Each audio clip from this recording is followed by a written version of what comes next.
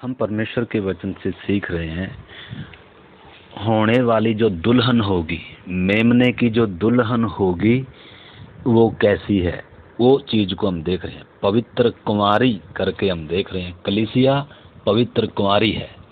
हमने उसको रिबेका के जीवन से देखा, रिबेका के जीवन से हम उस चीज को देखा। और आज हम देखेंगे परमेश्वर ने व्यवस्था में जो एक महायाजक के लिए जो शर्तें दी थी कि एक महायाजक कैसी इस तरीके से शादी कर सकता है, उसके विषय में व्यवस्था क्या कहती है। जो परमेश्वर के मंदिर में सेवा करता था, वो उसने जो शादी करनी है तो कैसी स्त्री से शादी कर सकता है, उसमें शर्तें थी। परमेश्वर ने उसको कुछ वो दिया था। आपको मालूम है यीशु मसीह हमारा क्या भी है, हमारा महायाजक भी है, ठीक है ना। तो इसलिए हम उस चीज़ को देखते हैं। हम आज पढ़ेंगे परमेश्वर के वचन से लेवीय व्यवस्था की किताब में से 21 अध्याय और उसका 10 आयत से लेकर 14 आयत तक आप पढ़ें। मैं सिर्फ 10 वचन पढ़ूंगा, उसका 10 आयत।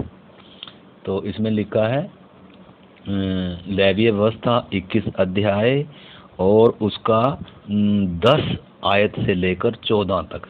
तो 13-14 में पढ़ता हूँ। लिखा है, और वह कुंवारी स्त्री से ही विवाह करे जो विधवा या त्यागी हुई या भ्रष्ट या व्यभिचारिणी और या वेश्या हो, ऐसी किसी से वह विवाह न करे। वह अपने ही लोगों के बीच में से किसी कुंवारी कन्या से विवाह करे। तो इसमें हम देखते हैं परमेश्वर के वचन में एक महायाजक के लिए क्या था। वो उसने एक पवित्र कुंवारी से क्या करना है, एक कन्या से विवाह करना है। न तो वो एक विधवा से शादी कर सकता, और न वो व्यभिचारिणी से, और न वो त्यागी हुई से, और न वो इधर हम देखते हैं 4 प्रकार की औरतों के विषय में इधर दे रखा। 5वीं कौन सी है? पवित्र कुंवारी से ही उसने क्या करना है, शादी करनी है। न विधवा, न त्यागी हुई, न व्यभिचारिणी, न वेश्या, परंतु कैसी होनी है? कुंवारी कन्या होनी है, पवित्र कुंवारी होनी है। तो उसी मानिंद हम देख रहे हैं जो मेमने की जो दुल्हन होगी वो क्या है? वो पवित्र कुंवारी है। तो कलीसिया या एक विश्वासी ने समझना है, होने वाली जो मसीह की दुल्हन होगी उसका चरित्र कैसा होगा, उसका गुण कैसा होगा। हमने उसमें भी देखा वो रिबेका के जीवन। रिबेका क्या है? न केवल पवित्र कुंवारी है, बल्कि वो क्या है, जब उसको पानी मांगा गया उससे वो क्या भी कर रही है, ऊंटों को। तो उसका चरित्र जो है, उसका स्वभाव जो है, उसके अंदर के जो गुण है, वो जिसके ऊपर ये स्वर्गीय बुलाहट है, जो मेमने की या हमने देखा इसहाक की दुल्हन के अंदर अगर इतना गुण था, तो मेमने की जो दुल्हन होगी उसके अंदर कितना गुण होगा। तो उसके अंदर क्या गुण था? न केवल वो पवित्र कुंवारी थी, बल्कि वो क्या थी? आज्ञाकारी थी, वो सेवा करने वाली, वो जिम्मेदार थी, और अपने सब कुछ को अर्पण करने वाली। और सबसे बढ़कर आपको मालूम है, जब उससे पूछा गया क्या तो इस पुरुष के साथ जाएगी, तो सब कुछ छोड़कर, अपनी माँ को, बाप को, भाई को, सब को छोड़कर, घर परिवार को छोड़कर एक अनजान पुरुष के पीछे हो ली। आपने समझना, वो किसी दूल्हे के पीछे नहीं जा रही है, वो दूल्हे के साथ नहीं जा रही है, बल्कि एक दास के पीछे पीछे जा रही है। तो आपने समझना, जो मेमने की दुल्हन होगी उसकी अंदर भी कुछ क्वालिटी है।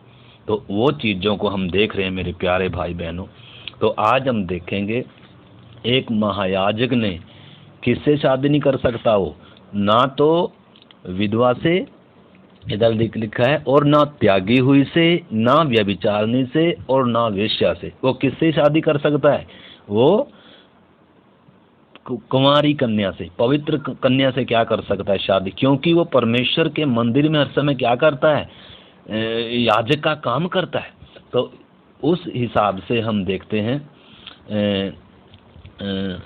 इसका हमारे जीवन से क्या सरोकार है, त्यागी हुई का या वेश्या का, या इसका जो व्यभिचारिणी है, या जो विधवा है, इनका हमारे एक विश्वासी के जीवन से, कलीसिया से इनका क्या, किस तरीके से हम इन बातों को समझ सकते हैं, वो हम चीज़ को आज थोड़ा सा देखेंगे। सबसे पहले हम देखेंगे व्यभिचार। आपको मालूम है, एक तो शारीरिक दृष्टि से व्यभिचार है। शादी से पहले अगर लड़की किसी पुरुष के साथ संबंध बनाती है तो वो व्यभिचार होता है।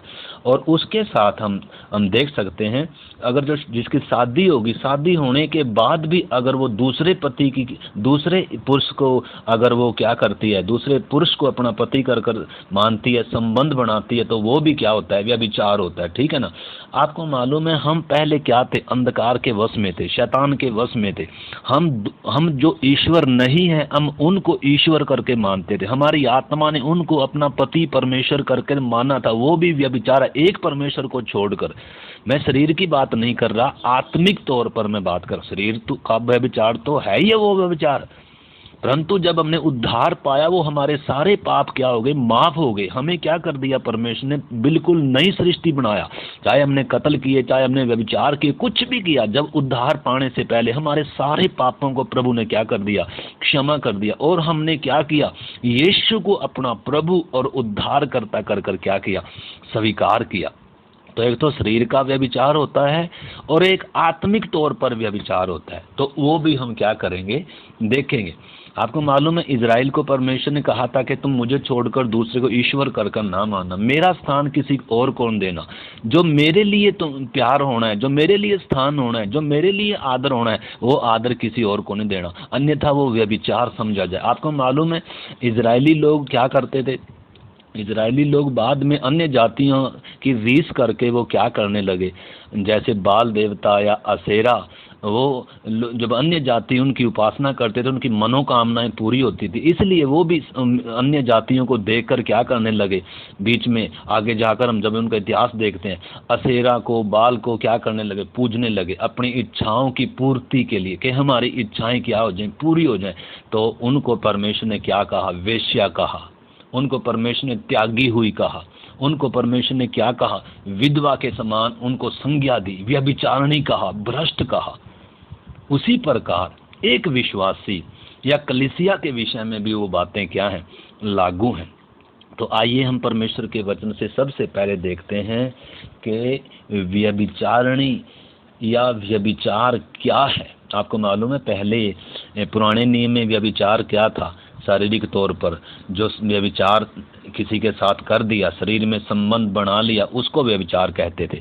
परंतु यीशु ने क्या कहा, यीशु ने कहा अगर हम अपने मन में किसी के ऊपर कुदृष्टि डालते हैं, अपने मन में गंदे विचार लेकर क्या करते हैं, किसी के साथ वो बातें सोचते हैं अपने मन में, तो हम क्या कर चुके हैं, व्यभिचार कर चुके हैं। एक तो व्यभिचार वो भी है, ठीक है ना। और उसके अलावा भी क्या है, व्यभिचार है। व्यभिचारिणी का मतलब क्या है, मैं एक बार फिर से बताता हूँ। ऐसी स्त्री जिसका पति तो है पर वह उससे संतुष्ट नहीं है, और जगह जगह क्या करती है वो मतलब जब अपने से संतुष्ट नहीं है, अपने प्रभु से जब वो संतुष्ट नहीं है, वो दूसरे के साथ क्या करती है, वो संबंध, दूसरे से वो प्यार, दूसरे से वो खुशी, दूसरे के साथ वो क्या करती है, संबंध बनाती है।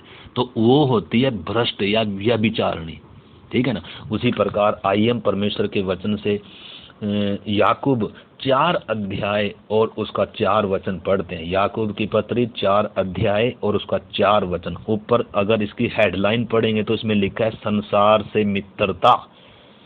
संसार से मित्रता का ऊपर विषय दे रखा। आप एक से ऊपर पढ़ सकते हो, मैं 4 वचन पढ़ता हूँ। इसमें लिखा है, हे व्यभिचारिणियों, क्या तुम नहीं जानती कि संसार से मित्रता करनी तो परमेश्वर से बैर करना है। संसार से मित्रता परमेश्वर से बैर है, वचन साफ कहता है। आगे लिखा है, जो कोई अपने आप को संसार का मित्र बनाना चाहता है, वो अपने आप को परमेश्वर का क्या बनाता है, बैरी बनाता है। तो संसार का प्यार या प्रभु का प्यार, दोनों प्यार नहीं चलेंगे, एक ही प्यार चले। आपको मालूम है परमेश्वर ने, यीशु ने हमें क्या किया इस संसार में से। अगर आप यूहन्ना 15 अध्याय पढ़ेंगे, 16 अध्याय का शुरू के वचन पढ़ेंगे, तो उसमें यीशु ने कहा मैंने तुम्हें संसार में से चुन लिया है, इसलिए तुम संसार के नहीं हो, और संसार तुम्हें क्या नहीं करेगा, स्वीकार नहीं करेगा। मेरे कारण संसार तुम्हें क्या नहीं करेगा, स्वीकार नहीं करेगा। तुमसे संसार, अगर संसार तुमसे बैर रखता है तो तुम जानते हो कि तुमसे पहले उसने मुझसे बैर किया, तो मेरे कारण संसार तुमसे क्या करेगा। तो संसार में से यीशु ने हमें चुन लिया है, पहले ही बताया उसने पहले ही बताया है। आप उन वचनों को पढ़ सकते हैं। तो इसलिए हमने समझना है वर्तमान संसार क्या है, शैतान के वश में है, अंधकार के वश में है। वर्तमान संसार सदोम और अमोरा है, नाश होने जा रहा है। इसके जो रिवाज हैं, इसकी जो रीतियां हैं, इसकी जो शिक्षाएं हैं, इसकी जो धारणाएं हैं, ये परमेश्वर के विपरीत हैं, परमेश्वर के वचन के विपरीत हैं। दुष्ट ने लोगों की बुद्धि को अंधा करके रखा हुआ है। तो इसलिए संसार के जितने भी रास्ते हैं, जितने भी क्या है बातें हैं, उनकी जो भक्ति, जो साधना, सब क्या है, परमेश्वर के रास्तों के विपरीत है।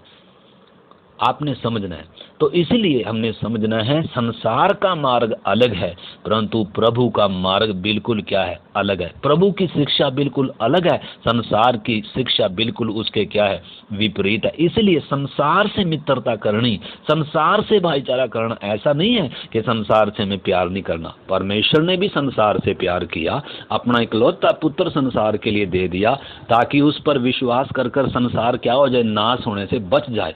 परंतु आपने समझना है किस संदर्भ में इधर संसार से प्यार के विषय में बोला गया है।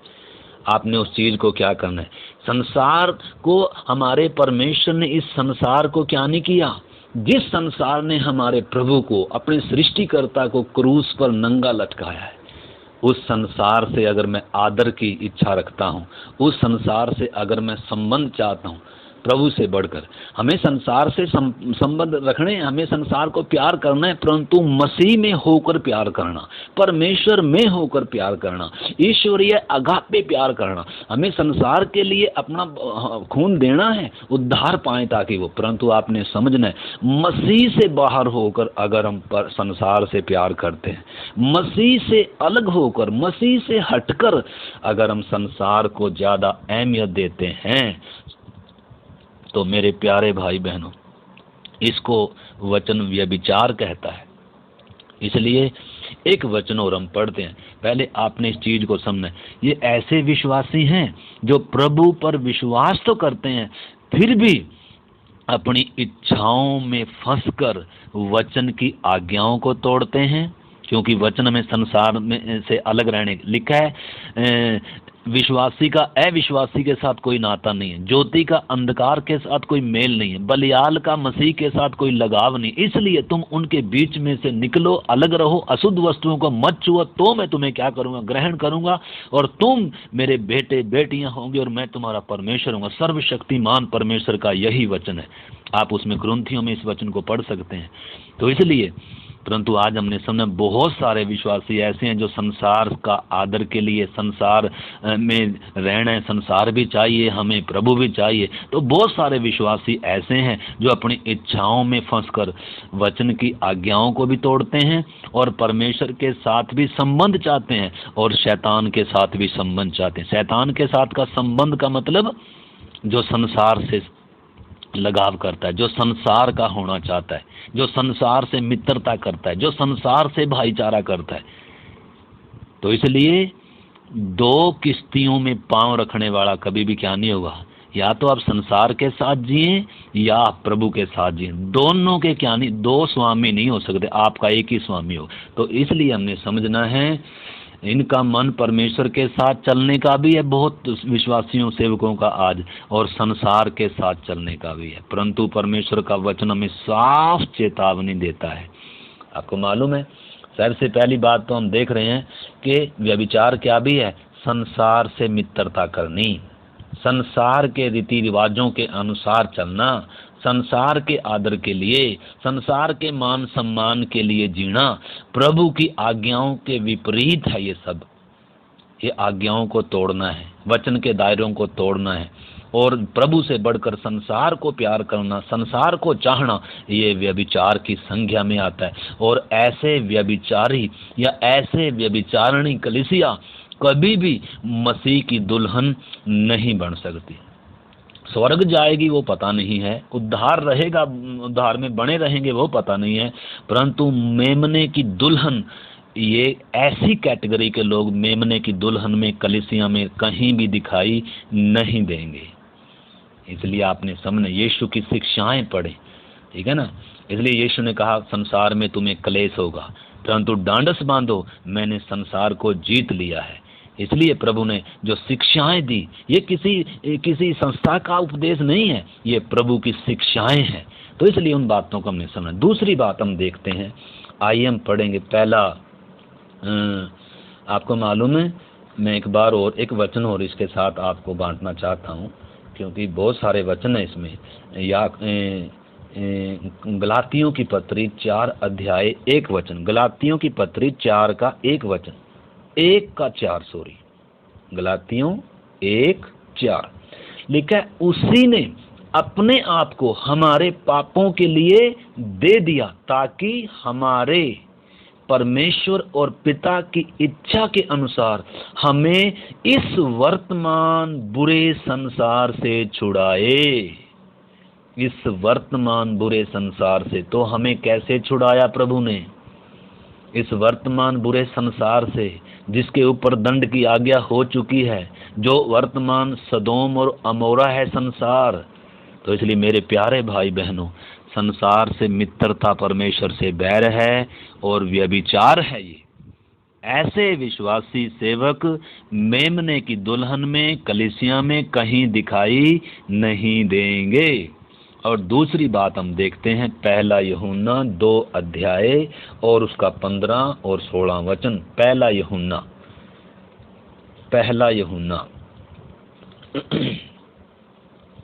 2 अध्याय और उसका हम पढ़ेंगे 15 वचन, 15, 16, 17।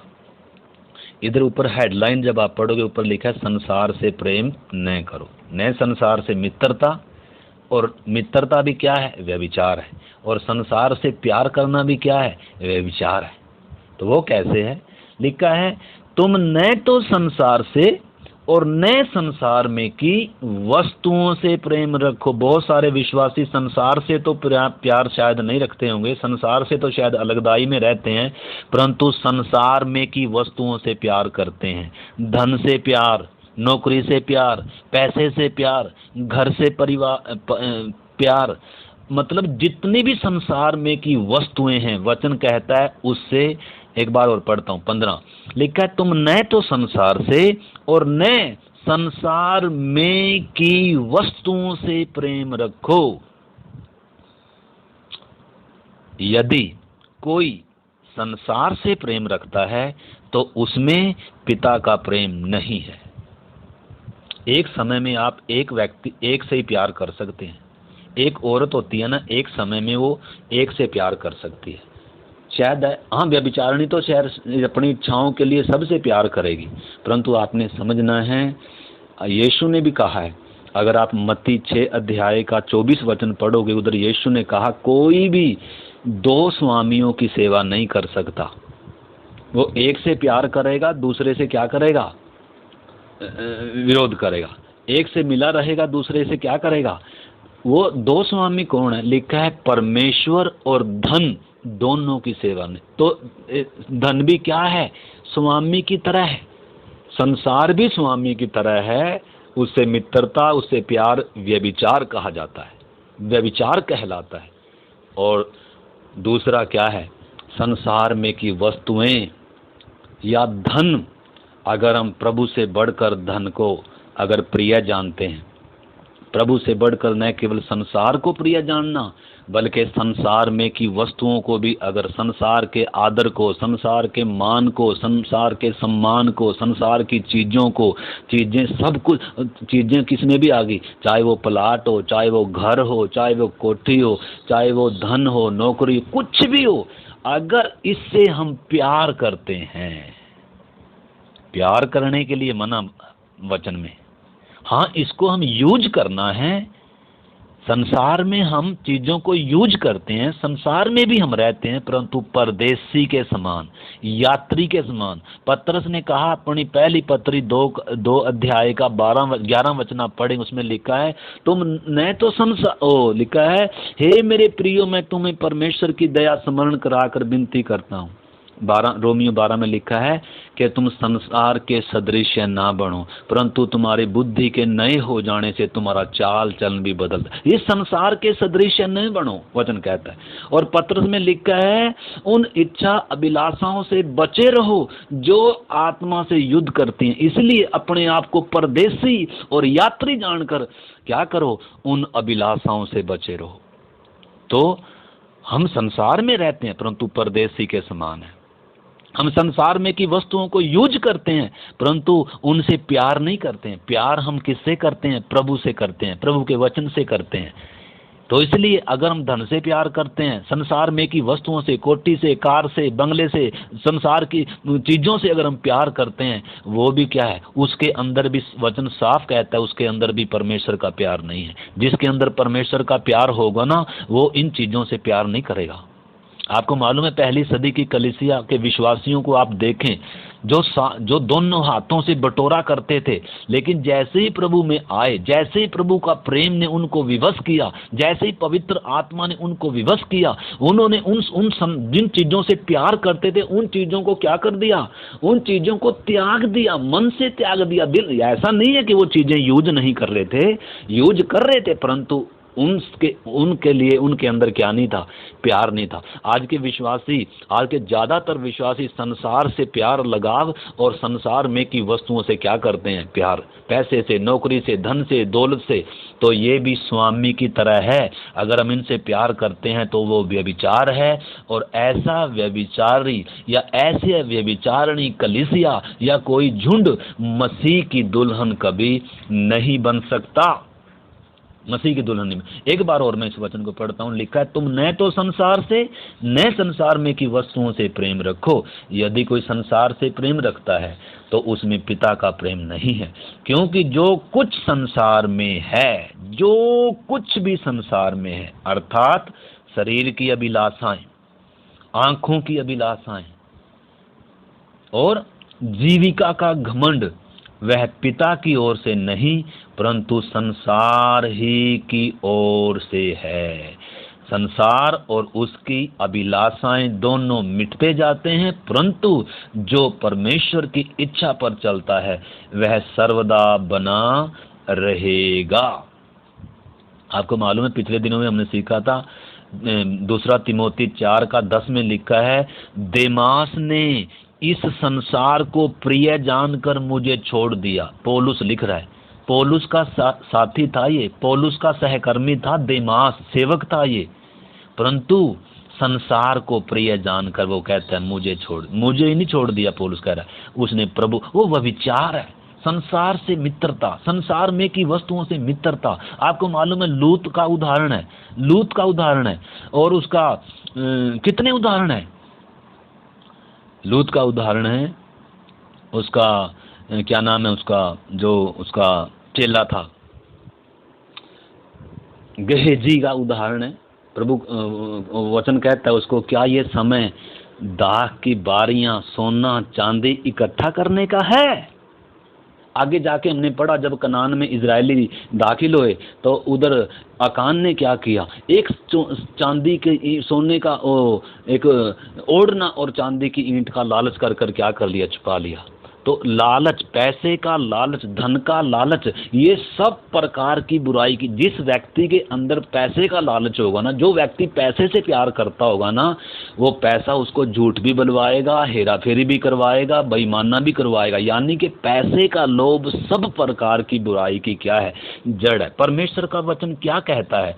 अगर आप तिमोथियुस की पत्री पढ़ेंगे, तिमोथियुस 6 अध्याय में कुछ वचन पढ़ते हैं, पहला तिमोथी 6 अध्याय का, और हम पढ़ेंगे 7 वचन से। लिखा है 6 से, लिखा है पर संतोष सहित भक्ति बड़ी कमाई है, क्योंकि न तो हम जगत में कुछ लाए हैं और न हम कुछ ले जा सकते हैं। यदि हमारे पास खाने और पहनने को है तो इन्हीं पर हमें संतोष करना चाहिए। परंतु जो धनी होना चाहते हैं, हम काम करना है, हम नौकरी करनी है, हमें सब कुछ करना है, परंतु अगर धनी होने के लिए आप कर रहे हो, उस काम को आप परमेश्वर की महिमा के लिए नहीं कर रहे, वो काम आप परमेश्वर के आदर के लिए नहीं कर रहे, मसीह की गवाही के लिए नहीं कर रहे, तो वो काम क्या है? वो आप संसार से, वो पैसे से, धन से और नौकरी से क्या कर रहे? प्यार। और वो प्यार क्या है? वचन कहता है व्यभिचार है। तो इसलिए वचन क्या कहता है? लिखा है तुम्हारे पास खाने पीने पहनने को है तो उसी पर संतोष करना चाहिए, परंतु जो धनी होना चाहते हैं वे ऐसी परीक्षा और फंदे और बहुत सी व्यर्थ और हानिकारक लालसाओं में फंसते हैं। जो पैसे से प्यार करते हैं, जो धनी होना चाहते हैं, जो पैसे के लिए नौकरी करते हैं, जो पैसे के लिए काम करते हैं, वो क्या है? इधर वचन में साफ लिखा है, वे ऐसी परीक्षा में और फंदे में और व्यर्थ, लिखा है बहुत सी व्यर्थ हानिकारक लालसाओं में फंसते हैं, जो मनुष्य को बिगाड़ देती है और विनाश के समुद्र में डुबा देती है। क्योंकि रुपए का लोभ, पैसे का लोभ, धन का लोभ सब प्रकार की बुराई की जड़ है। धन का लोभ, लूत के साथ क्या हुआ और गेहजी के साथ क्या हुआ, अकान के साथ क्या हुआ, यहूदा के साथ क्या हुआ? यहूदा 3.5 साल यीशु मसीह के साथ चल गया, उसके अंदर पैसे का लालच नहीं गया, पैसे का लोभ नहीं गया उसके अंदर से, प्रभु के साथ रहकर भी आखिर में यीशु को भी बेच कर चला गया। आज बहुत सारे यीशु मसीह को बेच कर चले जाते हैं पैसे के लिए। यीशु को बेचने का मतलब संगति छोड़ देंगे, प्रार्थना छोड़ देंगे, परंतु क्या नहीं छोड़ देंगे? काम नहीं छूटेगा उनसे। आज बहुत सारे काम को अहमियत देते हैं। क्या हम जब प्रार्थना का समय काम छोड़ सकते हैं? क्या हम संडे को नौकरी काम करना छोड़ सकते हैं? क्या जो आराधना का दिन है, क्या जो प्रार्थना का समय, हम में से बहुत सारे, अगर आपको मालूम है यहूदी, आप देखें परमेश्वर ने व्यवस्था में क्या क्या कहा था। व्यवस्था में आप देखें, व्यवस्था खत्म नहीं हुई, आप ये ना सोचें। तो इसलिए हमने समझना है, परमेश्वर ने कहा 6 दिन काम करना, 7वां दिन विश्राम कर मानना। तो आज तो विश्वासी 8 घंटे से नहीं रचता, 12 घंटे से नहीं रचता, और फिर भी संडे में भी क्या करता है? काम करता है। प्रार्थना का समय नहीं है, आराधना का समय नहीं है, वचन सीखने का समय नहीं। और किस लिए कर रहा? ये परमेश्वर की महिमा के लिए थोड़ा कर रहा है, ये अपने लालच के वश में आकर, ये अपने लोभ के वश में आकर, ये अपनी इच्छाओं के। तो लिखा है बहुत सी फंदे, परीक्षाओं और व्यर्थ और हानिकारक लालसाओं में फंसते हैं। बहुत सारों ने अपने आप को फंसा लिया है, फंस चुके हैं, अब छोड़ भी नहीं सकते। और लिखा है जो मनुष्य को बिगाड़ देती है और विनाश के समुद्र में डुबा देती है, क्योंकि रुपए का लोभ सब प्रकार की बुराई की जड़ है, जिसे प्राप्त करने के प्रयत्न करते करते बहुतों ने विश्वास से भटक कर अपने आप को नाना प्रकार की परीक्षाओं, दुखों से छन्नी बना लिया। प्रार्थनाओं के साथ इन आयतों को पढ़े, इसमें कितनी गहराई है।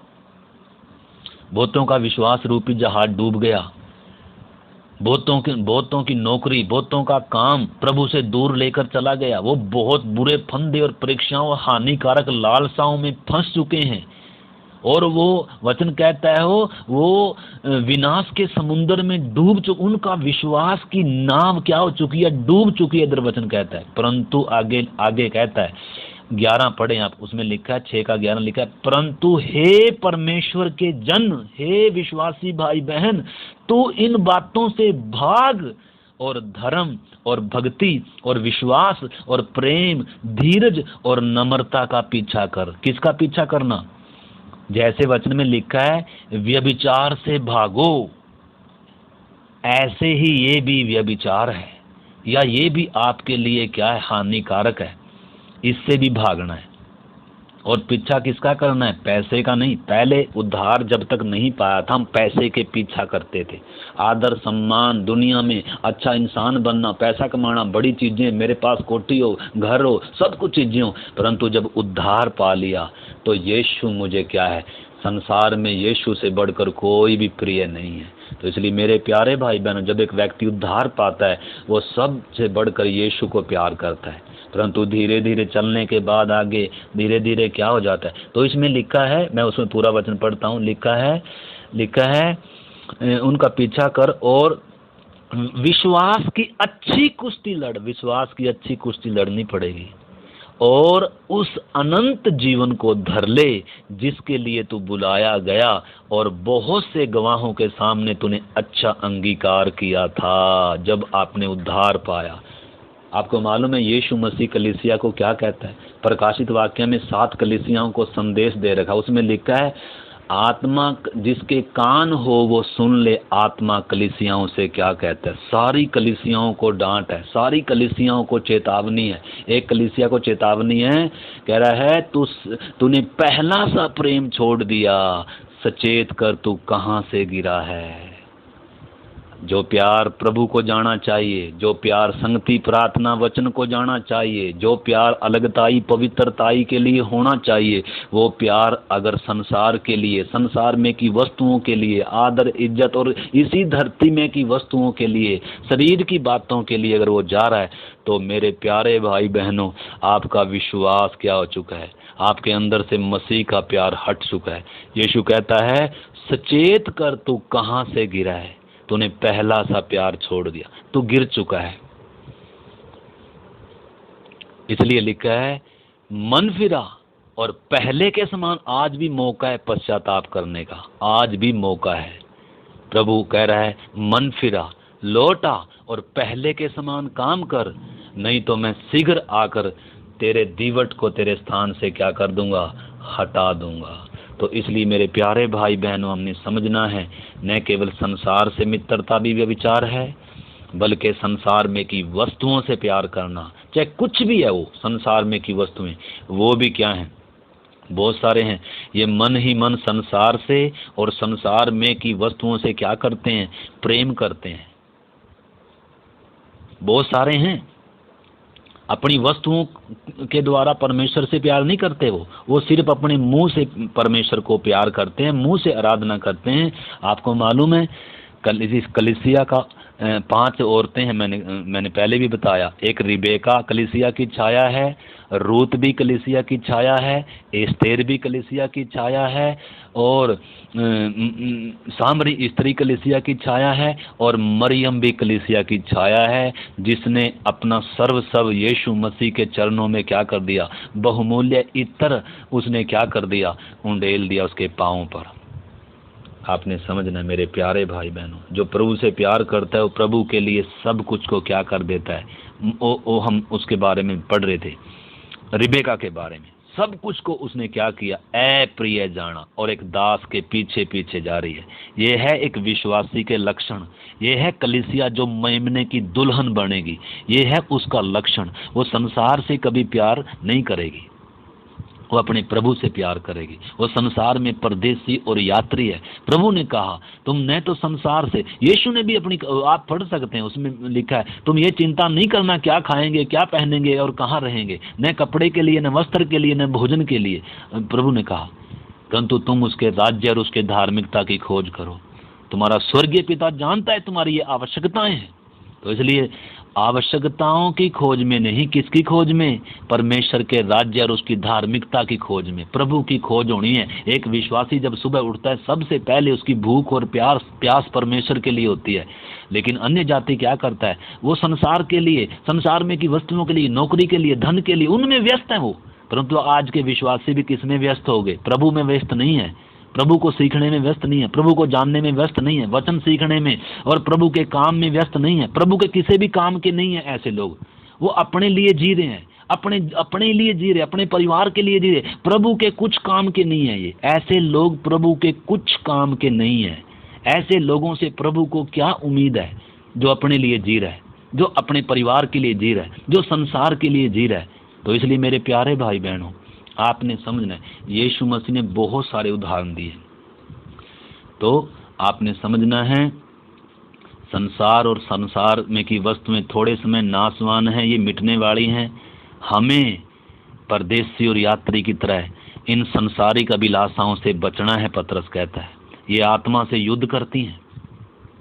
जो आप करना चाहते हो ना आत्मिक तौर पर, वो आप कभी करने, और धीरे धीरे हम शारीरिक हो जाएंगे, संसारिक हो जाएंगे, ठंडे हो जाएंगे। यीशु ने कहा सचेत कर तू कहाँ से गिरा, तूने पहला सा प्रेम छोड़ दिया, तू गिर चुका है। तो इसलिए प्रभु से बढ़कर, चाहे वो संसार हो, चाहे संसार में की कुछ भी वस्तु हो, कोई संबंध हो, अगर हम उसे प्यार करते हैं तो वो व्यभिचार है। आप पहला कुरिन्थियों 16 अध्याय 22 वचन पढ़ें, उसमें पौलुस कहता है जो प्रभु से प्यार ना करे वो श्रापित है। तो इसलिए आइए हम आखिरी वचन पढ़ेंगे, मरकुस रचित सुसमाचार 4 अध्याय, और उसमें से हम कुछ वचन पढ़ेंगे। मरकुस 4 अध्याय और उसका हम 18 वचन पढ़ेंगे। मरकुस की किताब और उसका 4 वचन, मरकुस की किताब 4 अध्याय 18 वचन लिखा, जो झाड़ियों में बोए गए वे ये हैं जिन्होंने वचन को सुना और संसार की चिंता। इधर समझना, झाड़ियों में बोए गए कौन है? जो यीशु मसीह जो दृष्टांत दिया, कुछ मार्ग के किनारे गिरा, कुछ पथरीली भूमि पर गिरा, कुछ झाड़ियों में गिरा, कुछ अच्छी भूमि पर गिरा। तो झाड़ियों में जो गिरा वो कौन है? लिखा है ये ऐसे विश्वासी हैं, लिखा है वचन तो सुना, आनंद से स्वीकार भी किया, वचन में कोई कमी नहीं है, अंदर हो सकता है उद्धार भी आया, परंतु लिखा है और संसार की चिंता और धन का धोखा, धन का धोखा, धन का लालच, धन का लगाव और अन्य वस्तुओं का लोभ, संसार में की वस्तुओं से प्यार, लोभ, लिखा है उनमें समाकर वचन को दबा देता है और वह निष्फल रह जाता है। इसलिए मेरे प्यारे भाई बहनों, हमने समझना है कितना बड़ा खतरा है, कितना बड़ा धोखा है। अगर आपका प्रभु से ध्यान हट गया, अगर आपका प्रभु से प्यार हट गया, अगर वो प्यार संसार को चला गया, संसार में की वस्तुओं को चला गया, हमें नौकरी करनी है, हमें संसार में रहना है, हमें संसार में की वस्तुओं यूज करनी है, परंतु अगर आपका उनके साथ लगाव है, आप उनको प्यार करते हैं, तो आप बहुत खतरे में हैं, खतरे में हैं बहुत ज़्यादा। आपका विश्वास रूपी जहाज डूब जाएगा। इसलिए इनसे भागना है। आज इनसे भागने के लिए परमेश्वर कहते हैं, भागने का मतलब है आप प्रभु से बढ़कर इनको क्या ना करें, प्यार ना करें, प्रभु को प्यार करें, प्रभु की महिमा के लिए करें, जो भी करें सब कुछ परमेश्वर के लिए करें, काम करें तो परमेश्वर के लिए करें। संसार से व्यवहार करने वाले भी लिखा है कैसे करें, जो परमेश्वर को भाता है, परमेश्वर की महिमा के लिए करें, जो भी करें। तो इधर क्या चेतावनी है? इधर जो हमने 4 का 18-19 पढ़ा मरकुस में, ये ऐसे विश्वासी के अंदर, ऐसे विश्वासियों के अंदर, मतलब वचन उनकी इच्छाओं और अभिलाषाओं, उनका लोभ लिखा है, और संसार की चिंता, संसार का प्यार, ये वचन को क्या करता है, और धन का धोखा और अन्य वस्तुओं का लोभ, ये क्या करता है, इसके कारण वचन दब जाता है या उद्धार का काम रुक जाता है। ये आपने समझना है। वचन को स्वयं क्या कर रहे हैं? दबा रहे हैं अपने अंदर, वचन का गला घोंट रहे हैं। वचन से, जिस वचन से सारी सृष्टि रची, जिस वचन में सामर्थ है, जो वचन पूरा होगा, जिस वचन से नया जन्म पाया, जिस वचन से मुक्ति पाई, उसी वचन को अपने अंदर बढ़ने नहीं दे रहे हैं। किसके कारण? अपनी इच्छा अभिलाष, झाड़ियां से भरे हुए हैं। ये जो झाड़ियां हैं ये संसार की इच्छा अभिलाषाओं को दर्शाती हैं, ये संसार की चिंताओं को दर्शाती हैं झाड़ियां। ये उन संसार में की वस्तुएं और उनसे प्यार को दर्शाती हैं झाड़ियां। अगर आपके अंदर ये झाड़ियां हैं तो वचन आपके अंदर, आप वचन को दबा रहे हैं, आपने वचन का गला घोंट दिया। जो वचन सामर्थी है, जिस वचन से सृष्टि रची, जो वचन अटल है, जो वचन सत्य है, उसी वचन को आप अपने अंदर क्या कर रहे हैं, दबा रहे हैं, उस वचन का गला घोंट रहे हैं आप। और आपके अंदर कभी भी ये क्या नहीं हो सकता, एक पौधे की तरह भी लगाया गया है हमारे अंदर। उद्धार कई तरीके से समझाने के लिए है। तो इसलिए मेरे प्यारे भाई बहनों, हम वचन को कैसे दबाते हैं? संसार में की चिंता, संसार में का प्यार, संसार में का लगाव, और दूसरा अन्य अन्य वस्तुओं का लोभ, और तीसरा धन का धोखा। ये है खतरनाक चीजें।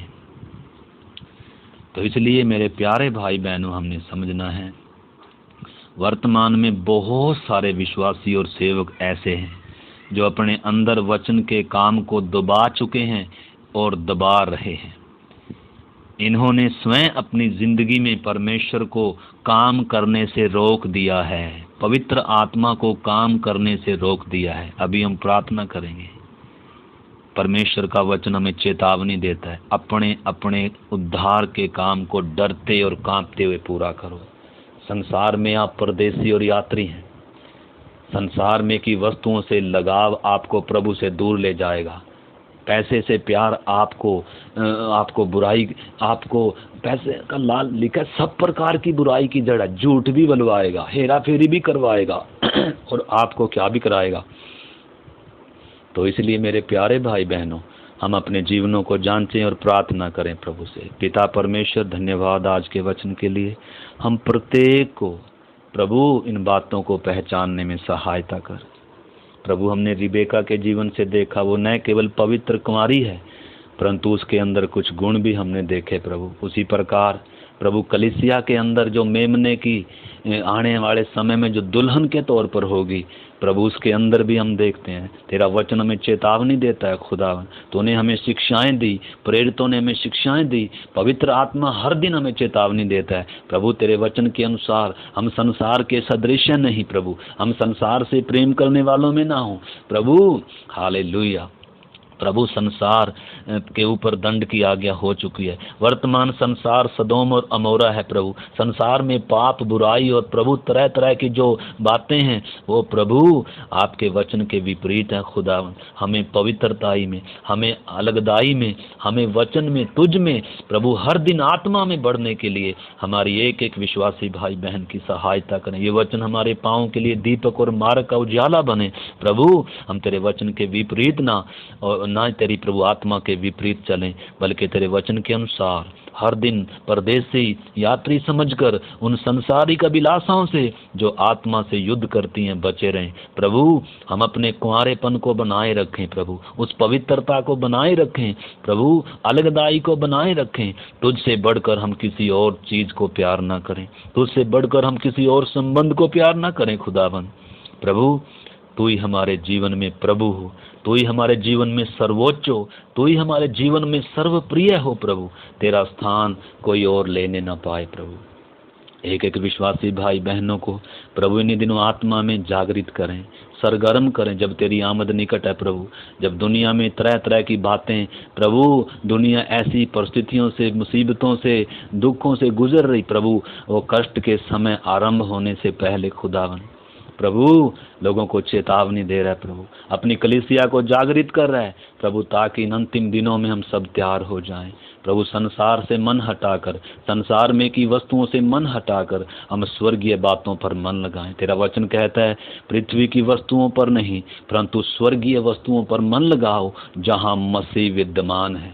पिता परमेश्वर, हमें आत्मिक बातों पर, हमें स्वर्गीय बातों पर ध्यान लगाने के लिए और तुझे सबसे बढ़कर प्यार करने के लिए प्रभु, संसार में परदेसी और यात्री की तरह चलने के लिए, एक एक दिन अपने उद्धार के काम को पूरा करने के लिए प्रभु, पवित्र कुमारी के समान हर समय प्रभु तेरे पीछे चलने के लिए, तेरे दासों के साथ संगति में, प्रार्थना में, तेरी आत्मा की अगुवाई में चलने के लिए सहायता कर। आपके हाथ में सौंपते हुए पिता यीशु मसीह के नाम से हम प्रार्थना को मांगते हैं, आमीन। आपको मालूम है रिबेका अब्राहम के दास के पीछे पीछे चल रही थी, दूल्हे के पीछे नहीं चल रही थी। किसके पीछे? दूल्हे के दास के पीछे। तो एलियाजर न केवल पवित्र आत्मा की छाया है, पवित्र आत्मा एलियाजर है जो हमें मसीह की दुल्हन बनाकर, सजाकर, संवार कर, तैयार कर लेकर जाएगा। आत्मिक तौर पर उन वरदानों को बांटेगा, उन गहनों से हमें सजाएगा। गहने क्या हैं? मसीह की दुल्हन का श्रृंगार क्या? लिखा है तुम्हारा श्रृंगार दिखावटी ना हो, परंतु वो मन की दीनता, नम्रता, वो है श्रृंगार। तो पवित्र आत्मा, हम रोमियो 12 अध्याय का 4-5 वचन पढ़ सकते हैं, 1 कुरिन्थियों 12 अध्याय में पढ़ सकते हैं। जो रिबेका को वो गहने दिए, जो उसको वो कंगन और जो नथ वगैरह दिया, वो क्या है? कलीसिया के वो आत्मिक वरदानों से पवित्र आत्मा सजाता है, कलीसिया को सजा रहा है इन्हीं दिनों, मसीह के स्वभाव में, मसीह के जैसा उनको बना रहा है, मसीह की डील डोलता में लेकर आ रहा है। और उसके साथ साथ परमेश्वर के दासों के भी क्या, हमने पिछले दिनों देखा था मकिदुनिया की कलीसिया ने, वो पौलुस कह रहा है कि उन्होंने न केवल प्रभु को बल्कि अपने आप को प्रभु की इच्छा से हमें भी अपने आप को क्या दे दिया। परमेश्वर के दासों को अधीन में उन्होंने क्या कर दिया? अपने आप को सौंप दिया। प्रभु के दासों, हमारी अगुवाई करो, मेरी अगुवाई करो, मुझे वचन सिखाओ, मुझे परमेश्वर के वचन की शिक्षा दो, मुझे क्या करो, इस मार्ग में मेरी अगुवाई करो। पवित्र आत्मा हर दिन मेरी अगुवाई कर। तो आपको अगुवाई करने के लिए कौन है? पवित्र आत्मा है जिसकी अगुवाई में चलना है, वचन है जो पाँव का दीपक और मार्ग का उजियाला है, और उसके साथ साथ कलीसिया को सिद्ध करने के लिए, पवित्र लोगों को सिद्ध करने के लिए परमेश्वर ने क्या दिए हैं? अपने दास दिए हैं। लिखा है उसने कुछ को प्रेरित नियुक्त करके, कुछ को भविष्यद्वक्ता नियुक्त करके, कुछ को सुसमाचार सुनाने वाले नियुक्त करके, कुछ को उपदेशक रखवाले नियुक्त करके, पास्टर नियुक्त करके दे दिया, ताकि पवित्र लोग सिद्ध हो जाएं, सेवा का काम किया जाए और मसीह की देह उन्नति पाए, ताकि हम आगे को बालक ना रहें और परंतु हर दिन क्या होते जाएं। आप उसमें इफिसियों की पत्री 4 अध्याय 11 से 16 तक पढ़ सकते हैं। तो परमेश्वर के दासों के भी, इसलिए आप अगर इब्रानियों की पत्री, अगर उसका आप 13 अध्याय का 17 वचन पढ़ते हैं, उसमें भी कलीसिया के लिए निर्देश है, मसीह जीवन जीने के निर्देश दे रखे इब्रानियों की पत्री 13 अध्याय में। उसका मैं पढ़ता हूँ 17 वचन और फिर प्रार्थना होगी, हम फिर बंद करेंगे। लिखा है अपने अगुओं की आज्ञा मानो और उनके अधीन रहो, क्योंकि वे उनके समान तुम्हारे प्राणों के लिए जागते रहते हैं, जिन्हें लेखा देना होगा। और वे, लिखा है, यह काम आनंद से करें। वह यह काम क्या करें? आनंद से करें, न कि ठंडी सांस ले लेकर। ऐसी दशा में तुम्हें कुछ भी लाभ नहीं होगा। मतलब अगर पवित्र आत्मा हमारे जीवन से दुखी है, अगर परमेश्वर के दास, अगर हम उनकी आज्ञा नहीं मानते हैं, अगर हम उनकी बातों को नहीं मानते हैं, अगर हमारा उनसे ही कोई वास्ता नहीं है और पवित्र आत्मा से कोई वास्ता नहीं है, हम अपनी मनमर्जी से जीना चाहते हैं, हम आगे देखेंगे। अभी तो हमने व्यभिचारिणी के बारे में देखा है, अभी हम वेश्या के बारे में देखेंगे, त्यागी हुई के बारे में देखेंगे और विधवा के बारे में। ये किस कैटेगरी, ये विश्वासी किस कैटेगरी के हैं? वेश्या कौन है या विधवा की संज्ञा में कौन आते हैं, वो हम आगे देखेंगे। तो इसलिए मेरे प्यारे भाई बहनों, हमने समझना है परमेश्वर ने आपको दाम देकर खरीदा है और परमेश्वर ने कलीसिया को सिद्ध करने के लिए सेवकों को रखा है, पवित्र आत्मा दिया है, अपना वचन दिया है, ताकि हम क्या हो जाएं? सिद्ध हो जाएं, पवित्र हो जाएं, मसीह की डील डोल तक बढ़ जाएं। ये है हमारा लक्ष्य, ये है हमारा टारगेट। इस संसार में रहने का सिर्फ एक मात्र, हम तात्कालिक हैं, थोड़े समय के लिए संसार में, हमारा घर स्वदेश हमारा स्वर्ग में है। प्रभु दुल्हा हमारा दुल्हन को लेने के लिए अति शीघ्र बादलों पर आएगा। तो आइए हम तैयारी करें, आइए हम जागृत हो जाएं, आइए हम बच्चे बने ना रहें, बच्चों को लेने के लिए यीशु नहीं आ रहा, यीशु मसीह जवान, आपको मालूम है रिबेका को लेने के लिए एलियाजर आया, रिबेका को लेकर जा रहा है जो जवान हो चुकी है, जो निर्णय लेने में सक्षम है, जो काम करने में सक्षम है, जो जिम्मेदार है, जो सेवा करने वाली है, जो जाते ही क्या करेगी, जो जिम्मेदारी से क्या करेगी, वहाँ सोएगी नहीं पढ़कर, बल्कि क्या है। तो प्रभु ऐसी कलीसिया को लेने के लिए नहीं आ रहा जो सुस्त हैं, जो लापरवाह, जो संसार से प्यार करते हैं, जिनको प्रभु से प्यार ही नहीं है। ऐसों को लेने के लिए प्रभु नहीं आ रहा, ऐसों को लेने के लिए आ रहा है जो सबसे बढ़कर प्रभु को प्यार करते हैं, उसकी ढील डोलता में बन गए और हर दिन उसकी आमद को प्रिय जानते हैं, और हर दिन क्या हो रहे हैं, उसके लिए पवित्र, शुद्ध, तैयार हो रहे, जागृत रहते हैं। तो इसलिए प्रभु इन वचनों के द्वारा हम सबको आशीष दे। जय मसीह।